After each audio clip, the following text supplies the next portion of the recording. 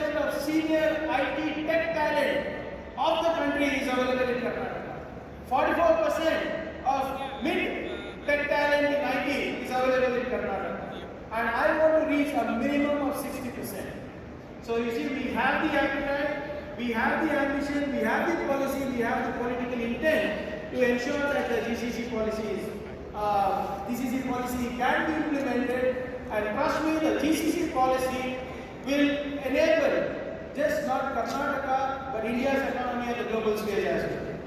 The first was the GCC policy. Another breakthrough that we got with respect to the policy we're making was we have got India's first state-specific space technology policy, a space tech policy. It was released again on the same very stage by the Deputy National Security Advisor to the White House and Dr. Somnathan, who is the ISRO chairman. And here too we have set very ambitious targets. We have the space tech hub of India with ISRO, NA, HAL. Name the aviation, the aerospace and space companies, they all work out of Bengaluru. And our intention is to capture 50% of the 44 billion market by 2033 and 5% of the global market share.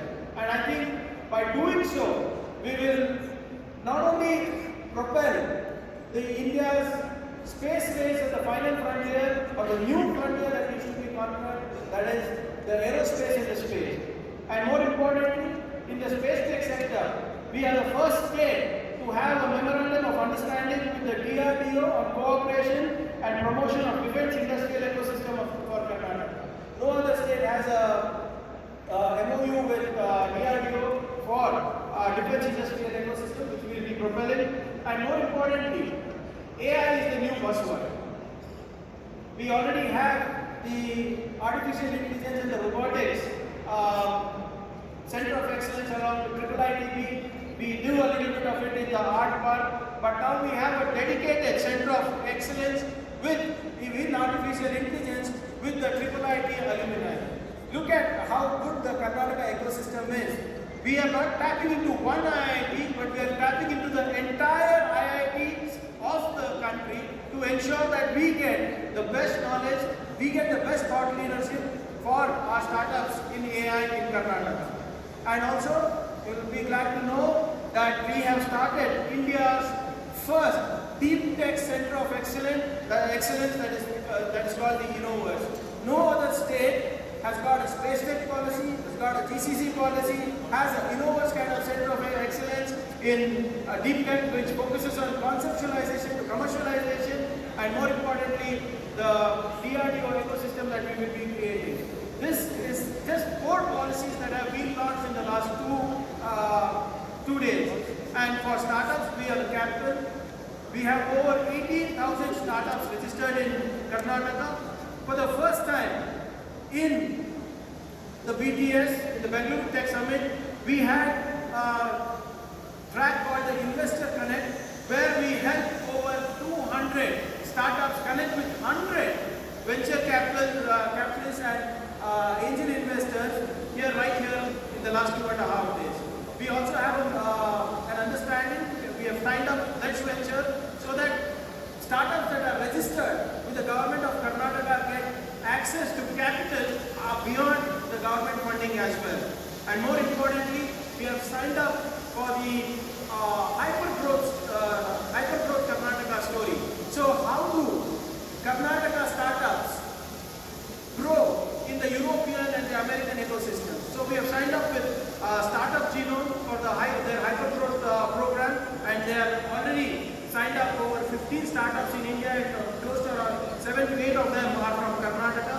And these scaling up programs will ensure that talent that is bred locally, innovations that are groomed locally, inventions that are made locally get global audience. And I think that is something that is going to be very, very exciting for startups that are registered in Karnataka. And more importantly, we are not a product nation, but we are changing that.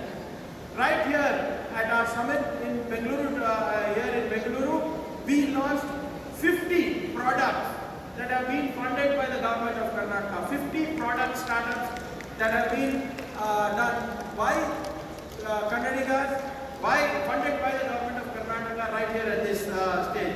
Show me any other state in India that can boast of these statistics. 18,000 startups, we have great venture capital connect, we have 45 unicorns that are working, we have 45 unicorns over here.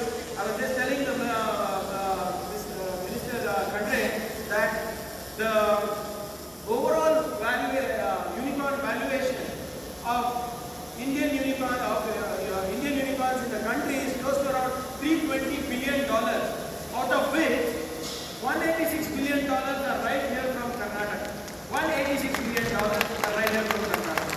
So, quite naturally, now we have announced policies, we have announced schemes. What is it that is required for Karnataka to go to the next level? For Bengaluru to go on to the global stage? The government of Karnataka is no more planning at the macro level. It is no more planning at the micro level. The government of Karnataka is planning at the nano level, and that is why we know that if we want to succeed in the sector of emerging technologies, whether it is AI, whether it is cybersecurity, whether it is space tech, agri-tech, any of the emerging technologies, we need to ensure that we have great human resources.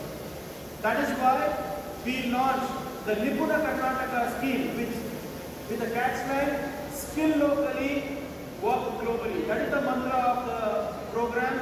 We have signed up with IBM, we have signed up with Intel, we have signed up with NVIDIA, we have signed up with BFSI, we have signed up with Microsoft and Accenture to train over 1 lakh people in emerging technologies. I think this is perhaps India's biggest upskilling program right now.